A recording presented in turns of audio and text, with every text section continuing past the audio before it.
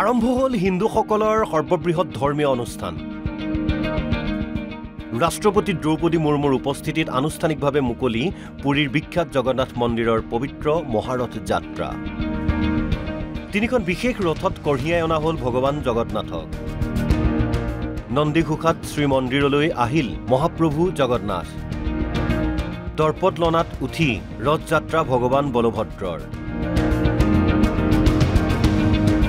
ভাতৃ জগন্নাথ আৰু বলভদ্ৰৰ সৈতে ৰথযাত্ৰা কৰিলে ভগ্নী সুভদ্ৰাই।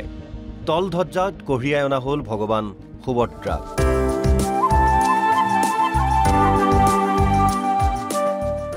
ৰাষ্ট্ৰপতি দ্ৰৌপদী মুৰ্মুৰ উপস্থিতিত উৰিষ্যাৰ বিখ্যাত পুৰী শ্ৰীমন্দিৰৰ সিংহদুৱাৰলৈ লৈ অনা হ'ল ৰথযাত্ৰা। লক্ষাধিক দৰ্শনাৰ্থীৰে ভৰি পৰিল উৰিষ্যাৰ পুৰীৰ জগন্নাথ মন্দিৰ প্ৰাংগণ। ৰাষ্ট্ৰপতিৰ ভ্ৰমণক লৈ জগন্নাথ মন্দিৰ প্ৰাংগণত কটকটীয়া কৰি তোলা হৈছিল নিৰাপত্তা বেষ্টনী। 53 বছৰৰ বিৰতিৰ অন্তত এইবাৰ দুদিন ধৰি উদযাপন কৰা হ'ব জগন্নাথ মহাপ্ৰভুৰ ৰথযাত্ৰা।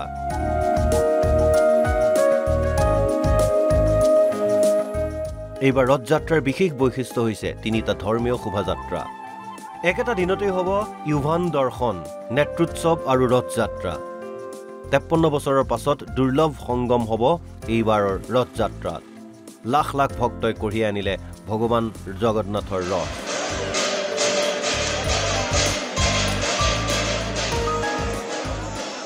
ৰথযাত্ৰাৰ প্ৰতি লক্ষ্য ৰাখি নিৰাপত্তাৰ দিশতো দিয়া হৈছে বিশেষ গুৰুত্ব।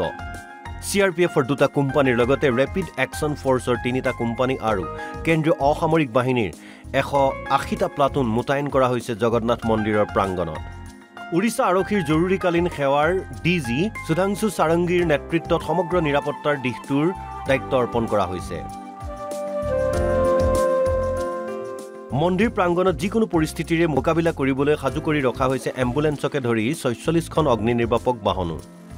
প্ৰচণ্ড গৰমৰ মাজতেই লক্ষাধিক দৰ্শনাৰ্থীৰ সুবিধাৰ বাবে অগ্নি নিৰ্বাপক বাহিনীৰ দ্বাৰা ছটিওৱা হয় পানীও। ইতিমধ্যে প্ৰস্তুতি সম্পূৰ্ণ হোৱাৰ পাছতেই লাখ লাখ ভক্তক আদৰিবলৈ সাজু হৈছে উৰিষ্যাৰ পুৰী চহৰ। প্ৰধানমন্ত্ৰী নৰেন্দ্ৰ মোদীকে ধৰি কেইবাজনো নেতা মন্ত্ৰীয়ে ৰথযাত্ৰাৰ বাবে দেশবাসীক জনাইছে শুভেচ্ছা। জগন্নাথ মন্দিৰৰ সিংহদুৱাৰৰ পৰা আৰম্ভ হোৱা ৰথযাত্ৰাৰ অন্ত পৰিব গুণ্ডিচা মন্দিৰত আৰু ইয়াতেই এসপ্তাহ ধৰি জিৰণি ল'ব ভগৱান জগন্নাথ, বলভদ্ৰ আৰু সুভদ্ৰাই। National bureau, NB news.